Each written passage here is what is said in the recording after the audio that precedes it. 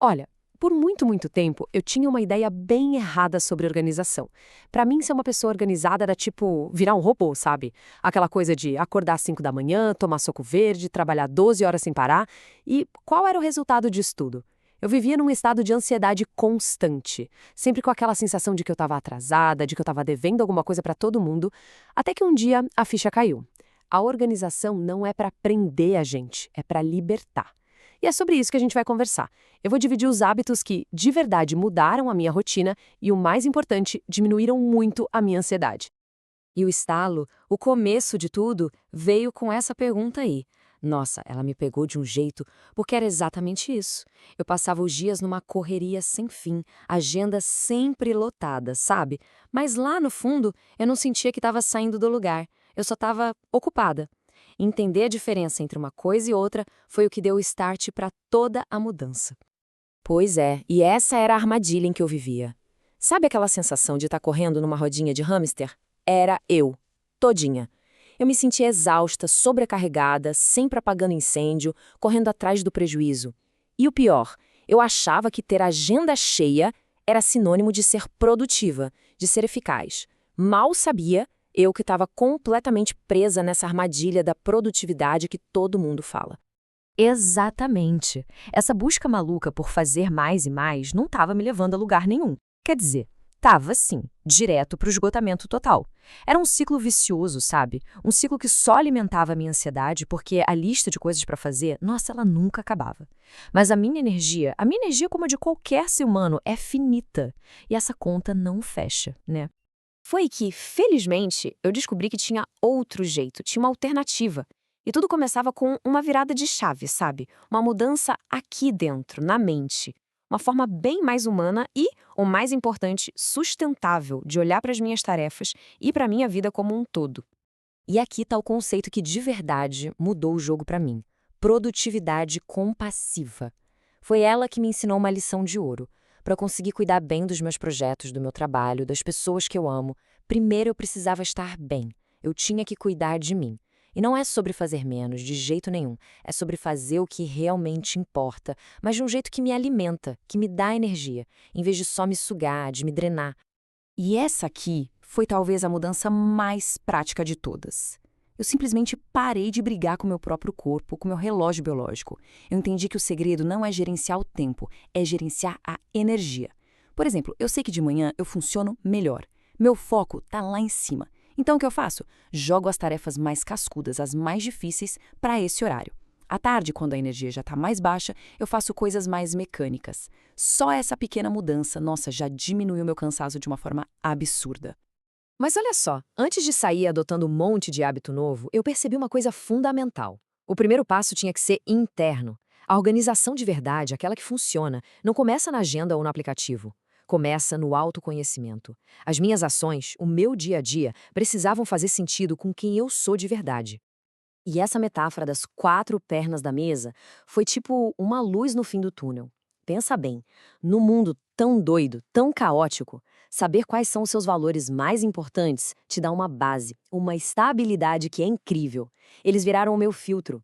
Com eles, ficou muito mais fácil decidir onde colocar a minha energia e, tão importante quanto, o que eu podia simplesmente soltar, deixar pra lá. Isso diminuiu demais aquela incerteza que me deixava tão ansiosa. Então, a pergunta que eu me fiz e que eu deixo aqui pra gente pensar junto é essa. Quais são os seus pilares? O que sustenta as suas decisões no dia a dia? É liberdade, segurança, criatividade, família? Não tem resposta errada. Mas tirar um tempinho para refletir sobre isso é a base para construir uma vida com mais propósito, com mais intenção. E para não ficar só na teoria, tem um exercício bem prático que me ajudou muito a deixar isso mais concreto. É basicamente o seguinte: pegar uma lista de valores, ser super honesta para separar o que você já é daquilo que você quer ser e depois focar no que é essencial. Pode parecer simples, mas esse processo me deu uma clareza que, nossa, fez toda a diferença. Ok, com essa base bem definida, com esse autoconhecimento mais afiado, aí sim eu estava pronta para construir o meu sistema. Agora a gente entra na parte prática, os hábitos que eu usei para colocar toda essa filosofia de compaixão no meu dia a dia. É aqui que a intenção vira ação de verdade. O primeiro hábito, e talvez um dos mais libertadores, foi parar de usar a minha cabeça de agenda. Sabe, nossa mente é para ter ideias, não para ficar guardando lista de supermercado. Cada coisinha que eu anotava, cada pendência era um ruído a menos na minha cabeça. E o segundo foi o planejamento semanal. Isso acabou com aquela ansiedade clássica de domingo à noite. Chegar na segunda-feira já sabendo que era prioridade me deu uma sensação de controle que eu nem lembrava mais como era. Gente, e esse foi um divisor de águas na minha vida. Eu finalmente entendi a diferença entre organizar e planejar. Funciona assim: na minha agenda só entra o que tem dia e hora marcada. Tipo, dentista, terça, às 14 horas. O resto, as coisas que eu quero fazer, tipo escrever relatório, vai para uma lista de tarefas. Só isso já acabou com aquela frustração no fim do dia, sabe? De olhar para a agenda e ver um monte de coisa que eu não fiz. E esse conceito aqui virou meu maior ato de autocompaixão. O MVD, ou Mínimo Viável Diário. Em dias ruins, naqueles dias que a gente só quer ficar debaixo da coberta, eu não me forço a ser a Mulher Maravilha. Eu me pergunto qual é o mínimo que eu preciso fazer hoje para minha vida não virar um caos. E às vezes, o mínimo é só lavar a louça do almoço e responder um e-mail. Aceitar que nem todo dia a gente vai estar a 1000 por hora foi libertador. E de quebra, evita que a bola de neve se forme.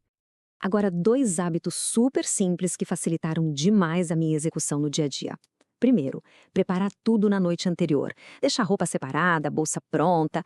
É um presente que o meu eu, da noite mais espertinho, dá pro meu eu da manhã que acorda meio perdido.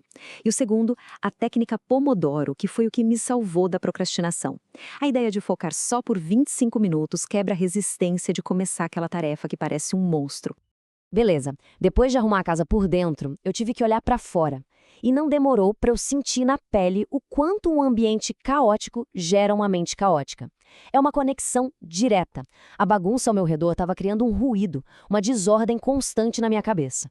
Aí eu adotei algumas práticas bem pequenas, mas que me trouxeram uma paz gigante. A primeira é a dança dos cômodos. Toda vez que eu saio de um lugar, levo junto uma coisinha que está fora do lugar. É uma manutenção que impede a bagunça de se instalar. Depois, o destralhe constante, porque não dá para organizar a tralha, né? E por fim, planejar as refeições. Isso me livrou de uma das decisões que mais me cansavam no fim do dia. E para aqueles momentos de pânico, sabe? Quando a ansiedade bate forte, o coração dispara, essa aqui virou a minha ferramenta de emergência. É um hack biológico de verdade. A respiração 4-7-8. Ela meio que força o seu sistema nervoso a se acalmar. É como ter uma âncora de tranquilidade que eu posso usar em qualquer lugar, a qualquer hora. Então, no fim das contas, o que toda essa jornada, todas essas pequenas mudanças construíram? Bem, elas me levaram para um lugar completamente novo, para um entendimento diferente do que realmente significa ser uma pessoa organizada. E aquela frase do começo, ela se tornou a minha verdade absoluta. O objetivo nunca foi criar uma rotina engessada, uma prisão. Foi o contrário. Foi criar estruturas simples que me dessem mais liberdade. Liberdade do caos, liberdade da ansiedade, liberdade de ter que tomar 1000 decisões o tempo todo. É sobre ter uma organização que trabalha para mim e não eu que trabalho para ela. E eu quero terminar com a reflexão que, hoje, guia os meus dias. E se a gente mudasse a forma como a gente mede o nosso sucesso?